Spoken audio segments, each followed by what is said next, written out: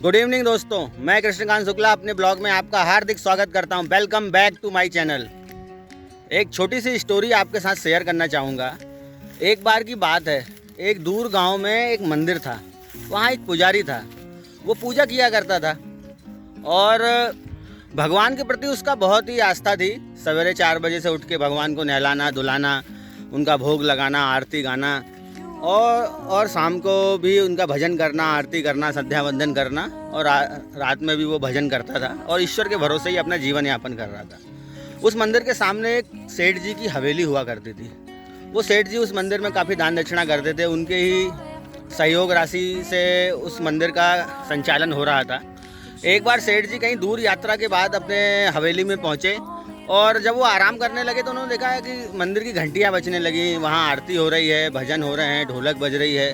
तो उनकी नींद डिस्टर्ब हो गई। रात में भी ऐसा ही कुछ हुआ उनके साथ में। उन्होंने दूसरे दिन उस पंडित को बुलाया और बोला कि पंडित जी, आप ये जो हवन पूजा करते हैं इससे मेरी नींद डिस्टर्ब हो रही है, आप अपना टाइम चेंज कर लो। तो पंडित जी ने बोला कि प्रभु, मैं तो ईश्वर की आज्ञा से ही सब कुछ कर रहा हूँ और मेरे करने वाला तो वही है और मुझे खिलाने वाला, मुझे देने वाला भी वही है। ये बात सेठ जी को बिल्कुल हजम नहीं हुई। उसने बोला कि पंडित, तुम कैसी बात कर रहे हो? इस मकान का सारा खर्चा, इस मंदिर का सारा खर्चा तो मैं उठाता हूँ, देने वाला मैं, तुम मेरी बात नहीं मानोगे? उन्होंने बोला, प्रभु माफ़ करें, मैं तो अपने भगवान श्रीनाथ जी की बात मानूंगा और किसी की बात नहीं मानूंगा। मुझे तो खिलाने वाला वो, देने वाला वो। बोले, तुम क्या मुझे भी खिलाने वाला वही है? बोले, हाँ, आपको भी खिलाने वाला वही है। और बोले, अगर मैं ना खाऊं तो? बोले, आपको ना खिलाने वाला भी वही रहेंगे। उनकी मर्जी के बिना इस दुनिया में कुछ भी नहीं हो सकता। ये बात सेठ जी को नागवारा हुई। उन्होंने बोला, ऐसा है तो मेरे पास तो सब कुछ है, अब मैं 2 दिन तक भोजन नहीं करूंगा, ये मैं प्रण लेता हूँ और मैं देखता हूँ तुम्हारा भगवान मुझे कैसे खिलाता है। वो एक दिन रहे अपने घर में। उनके नौकर चाकर, उनके नाते रिश्तेदार सब लोग आ गए। सबको पता लगा कि सेठ जी ने भोजन त्याग दिया है। सब लोग उनके पीछे पड़ गए। सेठ जी परेशान होकर जंगल की ओर चले गए। उन्होंने बोला, अब देखता हूँ मुझे कौन खिलाएगा, और पेड़ पर जाकर चढ़ के बैठ गए। रात का समय था, वह शाम का समय था। कोई मुसाफिर वहाँ से निकला होगा, उसने खाना ना खा के और अपना डब्बा वहीं भूल गया। अब रात हो गई और रात में वहाँ पे जो है कुछ डाकू वहाँ से निकले।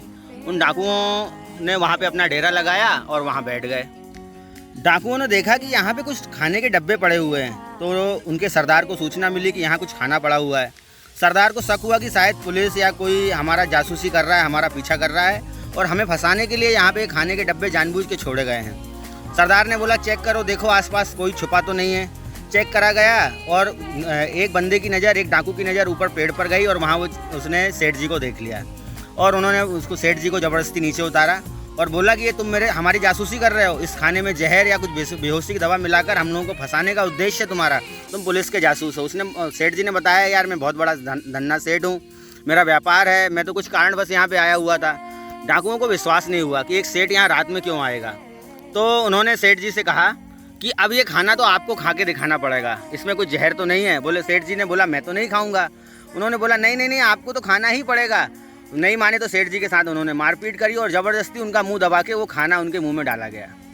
उस समय सेठ जी परेशान और हतप्रत तो थे, लेकिन कुछ देर बाद जब वो वहाँ से निकले तो उनकी आंखों में अश्रुधारा थी। सीधे वो मंदिर पे आए और मंदिर पर आकर भगवान के श्री चरणों में दंडवत प्रणाम किया और पंडित के पैरों पर गिर गए। बोले, पंडित, तुम सही कहते थे, खिलाने वाला तो वही है और ना खिलाने वाला भी वही है। अगर वो खिलाएगा तो प्यार से भी खिलाएगा और वो खिलाना चाहे तो मार के भी खिलाएगा। इसलिए दोस्तों, इस कहानी से हमें ये शिक्षा मिलती है कि हम करने वाले होते कौन हैं, ये अहंकार हमारे अंदर आता कहाँ से है। हम इन सबको छोड़ के हमें उस ईश्वर का शुक्रिया अदा करना चाहिए कि हे प्रभु, जो तूने दिया है बहुत अच्छा दिया है और ना देने वाला भी वही है। मतलब इसमें तेरी कुछ मनसा है, तेरा कुछ प्लान है हमारे लिए। इस कहानी से हमें यही शिक्षा मिलती है कि अगर वो चाहेगा तो हम नहीं चाहेंगे तो भी वो हमें खिलाएगा। तो सब कुछ उसकी मर्जी से ही होता है। ईश्वर पर विश्वास रखें, आस्था रखें, अपने आत्मविश्वास को डगमगाने ना दें और अब ईश्वर ही हमारे साथ है। ईश्वर सब कुछ देख रहा है, वो सब कुछ जान रहा है। हम लोगों से छुपा सकते हैं लेकिन उस ऊपर वाले से छुपा नहीं सकते कुछ भी। इसी के साथ मैं अपना ये ब्लॉग यहीं समाप्त करूँगा। कुछ आज मेरे स्वास्थ्य ठीक नहीं था, जैसा मैंने आप लोगों को बतलाया था मॉर्निंग के ब्लॉग में। आज रंग पंचमी थी। हमारी कॉलोनी में बहुत ही धूमधाम से रंग पंचमी का उत्सव मनाया गया। उसकी कुछ फ़ोटोज़ मैं आपके साथ शेयर करूंगा इस ब्लॉग के साथ में। तब तक के लिए आप सबको बहुत बहुत शुभकामनाएं। आपका रंग पंचमी बहुत अच्छी हो, ऐसी मैं दुआ करता हूं। जीवन में रंग भरिए, मोटिवेटेड रहिए, ईश्वर पे आस्था रखिए, सब कुछ वो देगा हमें, और उस पर सिर्फ हमें विश्वास रखना है। इसी के साथ मैं अपना ये ब्लॉग यहीं समाप्त करता हूँ। Thank you very much, bye bye, keep in touch.